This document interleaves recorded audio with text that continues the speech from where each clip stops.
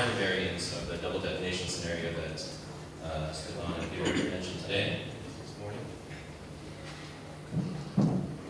And in this scenario, you have, as the name implies, you have two detonations. You have a helium shell detonation, and that triggers the carbon primary to go. So in this movie from MPA, we'll see helium detonation propagating around. As it propagates around, it sends a converging shock wave in. That converging shock wave sets off the carbon detonation. Okay, so we have a double detonation. And this model isn't actually new in the way it triggers the detonation, in the way it triggers the supernova. It was thought up in the 80s and 90s by a host of people. But as was mentioned before, it was kind of thrown out and thrown by the wayside because it produced too many iron developments in that helium shell detonation. We kind of revived it in the late 2000s with the realization that you didn't need a non-degenerate helium donor. You don't need a non-degenerate helium donor. You can actually have a double white dwarf system where the helium-rich white dwarf is the one that's doing the donating. And that changes very much the properties of the accreted helium shell before the detonation happens. And as Stefan mentioned, there are lots of nice features. So you get the rates more or less right. You can explain why there's no CSM around. You also get this with luminosity relation that some people might have thought of earlier. Now in this modern variance, we have a double white dwarf system. The white dwarfs the two white dwarfs start to merge, and you get the detonation during that merging process. So as James Duchamp showed 6 years ago now, in a flash simulation, you have a helium donor, helium white dwarf donor, or also a low mass carbon oxygen white dwarf donor because those have helium layers on top.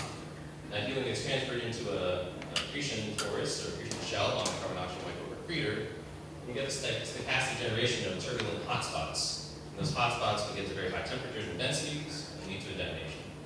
As I pointed out a couple years ago, if you also include pollution of CNO isotopes in that helium layer, so you get carbon and oxygen from this carbon oxygen white dwarf, you dredge up some during merging process. And the nitrogen comes along for free. It's inside the helium. It's where CNO isotopes end up after CNO burning, right?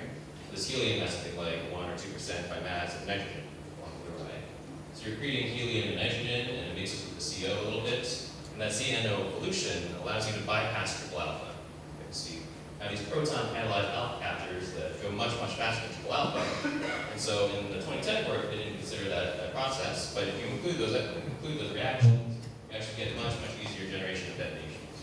Okay, so it seems like a fairly robust process where during the merger of two white dwarfs, one is helium-rich, you're able to generate a detonation in this helium layer. And more importantly, or very importantly as well, that helium shell does not have to be very big. So Stefan mentioned 0.2 solar mass helium shell, but as I commented in, you can get by with something like a few thousandths of a solar mass or a hundredth of a solar mass. And that's great if you care about the nucleosynthesis of the helium shell. And the reason it matters is because the helium detonation can kind of self-quench. So this is a cartoon schematic of a carbon oxygen core, usually the helium shell detonation going around. And that helium shell, as it goes, the detonation has a shock. Okay, so there's shocked helium right here, and a burning region behind that. Okay, but now, because it's a smaller shell, and if you're also considering multi-D, that shocked helium can expand off the surface. It's out of hydrostatic equilibrium, so it wants to expand off the surface. And as it expands, it goes to lower densities, and it quenches burning. And as a result, you get a very different nucleosynthesis than was considered in the 80s and 90s. So this is showing different helium shell envelope masses on a one solar mass carbon oxygen white dwarf. Propagating helium shell detonations produce very different synthesis. So for a heavy helium shell, say 0.1 or 0.2 solar masses, you indeed get a mix of iron group elements. Okay? But for the smallest helium shells that can sustain the propagating detonation, you instead only burn the silicon and calcium. Okay? So if you have these minimal helium shell detonations, you produce unburned helium, but also silicon and calcium. Those are your burning products. And that's what's going to be on top of the primary white dwarf that explodes. So after the core explodes to give you the bulk of the material, it accelerates this helium shell ash to high velocities, homologous expansion. So you expect to get high velocity silicon and calcium in this double detonation scenario. That's perfect. It's perfect because these high velocity calcium and silicon silicon features are actually ubiquitous inside what a supernovae. So this is an example from Jeff's compilation last year. Showing one example. Okay, this is the calcium iron triplet. So there are 3 components. Okay, so this is the photosphere component, but that alone does not do anything to match. You can't match this calcium iron feature with just one triplet. You need 2 triplets. They're separated by something like 10 or 15,000 kilometers a second. And that's precisely what you expect to get in minimal helium shell detonations. You produce the silicon calcium on the outside, it gets accelerated at these high velocities, so you can expect 2 different warping streams of silicon calcium. Okay. So that is, to my knowledge, not at all produced by any other scenario, at least not easily, whereas it's very natural in double detonation scenario. And a bunch of other great things about double detonation scenario that I don't have time to get into, but I also don't want to tell you that everything's perfect. Okay, there are issues. And the main issue was kind of alluded to in past couple talks is to do with neutron mission synthesis. So because it's a pure detonation based substandard synchro mass like dwarf, the densities are lower. You don't have time. It's also not a declaration, it's only the detonation. So you don't have time for electron captures and other reactions that drive the burning ash to neutron-richness, to lower values. And so as Ivo Sentel pointed out, to explain, for example, the solar abundance of manganese 55, which is the decay product of cobalt 55 neutron isotope, to explain the solar abundance of that at the present day it seems to require higher densities, so you can't get by with just pure detonations. There are other problems, as Peter mentioned, things like iron 54 and nickel 58 that you can see at nebular times that you don't really expect to produce in a pure detonation model to require higher densities to see the neutron isotopes. Now there are a couple ways around that. You might expect to, so you definitely have extra neutrons around from neon-22. And neon-22 can sediment to the center of white dwarf and possibly give you some extra neutrons to get this lower sulfur. I don't think there's actually time for neon-22 sedimentation, especially in the early late times, or young sedimentation. There's also revised nuclear synthesis that's ongoing. So the results of the expectation that you don't get a lot of neutron-rich isotopes at these low densities is driven by mainly one group. And it's possible, in their comparisons with other groups, they've actually, it turns out that their nickel masses were discrepant by tens of percent. Okay, so if you change the nickel masses by that much, it's very, very possible that they actually will be able to, these abundances will also change. We're hoping they'll change in the right direction. Okay, so that's ongoing and hopefully we'll solve that. How much time do we have?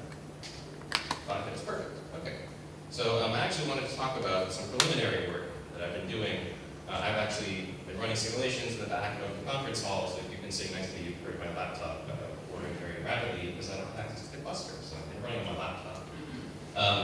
This is preliminary work having to do with the possible surviving companion of a type 1a supernova. So in this model, we have a double white dwarf merging, and it sets off this primary. Okay, but if indeed the helium detonation is so easy to set off, then maybe this low mass white dwarf isn't actually disrupted. Okay, so it's starting to merge, starting to tidally disrupt. But if I set off the primary before this is fully tidally disrupted, then maybe it survives the explosion. So it's a kind of very speculative, but possible, at least plausible. And if it were to survive, the gravitational potential well of a white dwarf, the surviving companion white dwarf, is enough to capture some of the ejected material. Right? So the material that produced in the center of the explosion is not moving very fast, maybe 1,000 kilometers a second or so. And that's roughly the escape velocity of this low mass white dwarf. So to be able to capture some of the nickel that's produced in its detonation. Okay, so you end up at the end of the day with a supernova eject all around, but also there's a bound remnant, this surviving companion that has some captured nickel. So maybe at late times, the decay of that nickel might influence something. And the really interesting thing that we came across is that this is not standard nickel decay.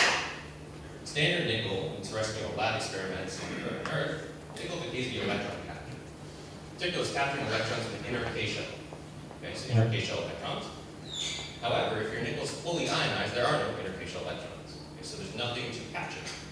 So as long as the nickel is fully ionized, the nickel does not decay. So you can go from half-life of 6 days to half-lives of essentially forever. It will never decay as long as there aren't electrons to capture. So this is applied to temperature and density, color-coded showing the relative rate of nickel decay to the terrestrial rate. This line is essentially the ionization, half-ionization line of nickel. So below that, you're not fully ionized. You have some electrons in the K shell. You have a regular terrestrial decay, 6 days. But as you move to higher ionization states, when you're fully ionized, you still have electrons. So you don't capture. You can go up to rates that are much lower. And that is indeed the case for this surviving companion. Okay, so that's because it's imperial temperature of white dwarf, that's like 100 million Kelvins. And so the nickel will fully ionize, and in these layers that are very, very hot, nickel will not decay. It won't decay. Whereas in these layers that are not as hot, they're below the ionization temperature of nickel, they have some electrons that can decay. So they will decay normally. They'll deposit energy, drive the wind, and that wind will gradually adiabatically expand these lower layers, exposing that nickel and causing it to capture some electrons. So we're going to be driving a wind that's based on how this nickel is approaching this ionization radius. So this is one of the models that I was running in my laptop, showing temperature profiles as a function of mass below the surface of a low mass white dwarf, increasing the mass of the white dwarf, which should capture something like a few thousand solar mass of nickel. Okay, so the temperature here is above 10 to the q by 10 to the 7, so you expect all this nickel to be fully ionized. It shouldn't decay. And indeed, in this mass profile, you see that there's still nickel, even though it's 51 days post-explosion. So that's eight half-lives. You don't really expect any, very, very little nickel, but none of it is decaying. Only the stuff that has been exposed to lower temperatures is able to actually capture some light. Okay, and as you might expect, that may change the light curve that you expect to see from this surviving companion. And indeed, that's what happens. So this is showing a luminon light curve of the surviving companion is what it is. The dotted line shows the standard, essentially it's just cobalt experiments. You do regular terrestrial decays. Here is that model of a 0.3 solar mass of white dwarf, and here's a 0.6 solar mass of low mass carbon white dwarf that captures hundreds of solar mass. These data points are quasi-volumetric light curves from a few different sources. You can see that the red line is above that, so that's not good, because you would expect that to have been visible. It would be contributing to the volumetric light curve that's seen. I should also point out this is the standard decay slope, and these things are shallower than that. That's because the nickel is contributing at later times than we would otherwise expect. Okay, so this low mass carbon white dwarf seems to be ruled out. This low mass helium white dwarf actually flattens very, very nicely, I think, and actually goes through the late time data in a way that I was certainly not expecting. But that's sort of a figment of my imagination. It's just a coincidence, really. That's because the temperature at this stage is extremely high. It actually got rid of most of the nickel, and it collapsed back down to being a white dwarf. So it's actually at UV temperatures. So you don't actually expect it to be contributing to these quasi-volumetric light curves because they're, I'm pretty sure none of them went down to the UV temperature, UV wavelengths that would have been required to actually capture these signals. Okay, but at the very least it's not above, so it's still very possible you would hide this. But again, I was running my laptop at a conference. I need to run a bunch of other models to see how robust these things are. I think there's potential to be observing surviving companion white dwarf, and it does very, very interesting things that are not robust. We're still like a minute or two? No, I have no time. Okay, same kind of game we play with Type 1X supernovae, which Saurabh will be talking about later this afternoon. They also expect to end up with a down ramp and a nickel layer, does similar things where it flattens from the standard cobalt. And with that, so here's a summary, but before I get to the summary, I just want to say thank you for allowing us to visit this island and to capture, to experience the local flora and fauna upwards. And with that, I'll leave a summary of why I favor this double white dwarf double detonation scenario. I didn't get to any of these things, but all these observational constraints match very nicely. This naturally produces high velocity calcium silicon. I think this is still a sticking point in neutron ratio synthesis. And post-explosion, what the X companion white dwarf looks like, I think is a very interesting field that I'll be pursuing. Thanks.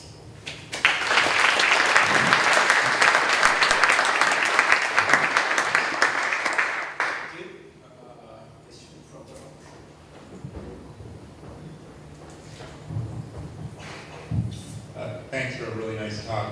So I have a question about your silicon. So for me, I know that we define type 1As by silicon, but actually for me, I think that they should be better defined by sulfur. So I'm just wondering, is your silicon all just at very high velocity, or so because the lack of sulfur is a problem? No. So this stuff I was talking about is just in the helium shell. It's got a very, very small amount of mass. The bulk of the photosphere, the bulk of the material is still being produced by the core detonation, which is very standard, the sort of the naked carbon white dwarfs that Stefan was blowing up. That produces the bulk of the emission. So this is just a little frosting on top.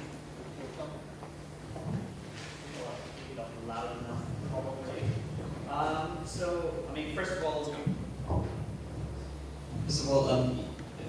you know already that we have UV data, so that's something interesting to compare to here is about comparing your surviving models.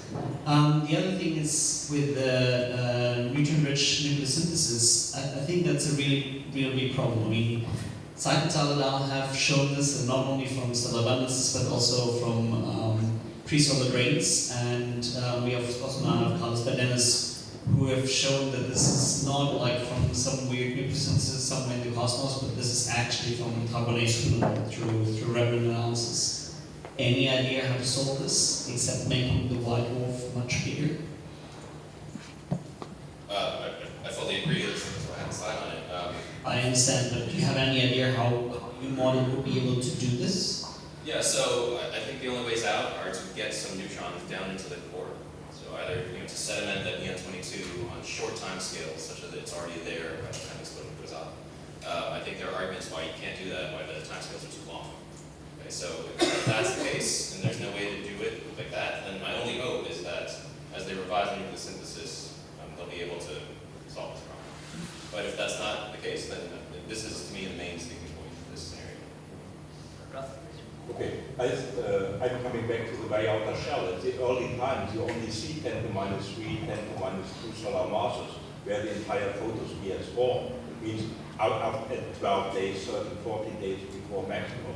We never saw actually any of this kind of products. That's one thing. So it may really mean observers really should try to get early time spectrum as more better. And the UV is very nice because you see the very outer skin layer. Yeah, so that's basically my but that's my main comment. So it's interesting, but it's really a problem, I think, with the outer layer, because even with your amount, you would have a significant amount of opacity in the outer layers, and in the early time, it really the entire photosphere. As far as I know, we never saw this kind of surface layer. But isn't that what is producing the high velocity features? No, you can high velocity features. If you cool down calcium in the outer layer and you have an impact, you have a high density shell. Right. So you cool down it, you can also form it. This is Gerardi has shown in 2007 or so. That's right. So there are different ways basically to produce a high velocity calcium features, which depends really on details. But if you have a very dense shell, you cool it down, and calcium is really just a cross section like a bar. The other part is in the progenitor. If we have some nova explosion before, or we can also produce, maybe enhance it, but I don't think that this is a smoking gun. Right. So I like this way because it seems very natural, whereas for a single generic kind of scenario, you require some shell to hit such that you can then enhance the density, right? To me, that doesn't feel as natural, but it's true that there are ways to do it in a single gen scenario. To me, they don't feel as natural. Right. And you don't have the spectral problem. Which is what the early time that you don't see the nucleosynthesis elements, which you say you don't see iron, you don't see nickel, you don't see. The whole point is that you don't produce that. There is no iron group elements in the outer layer. It's just silicon and calcium. Okay. That's the point. Okay, so let's move on.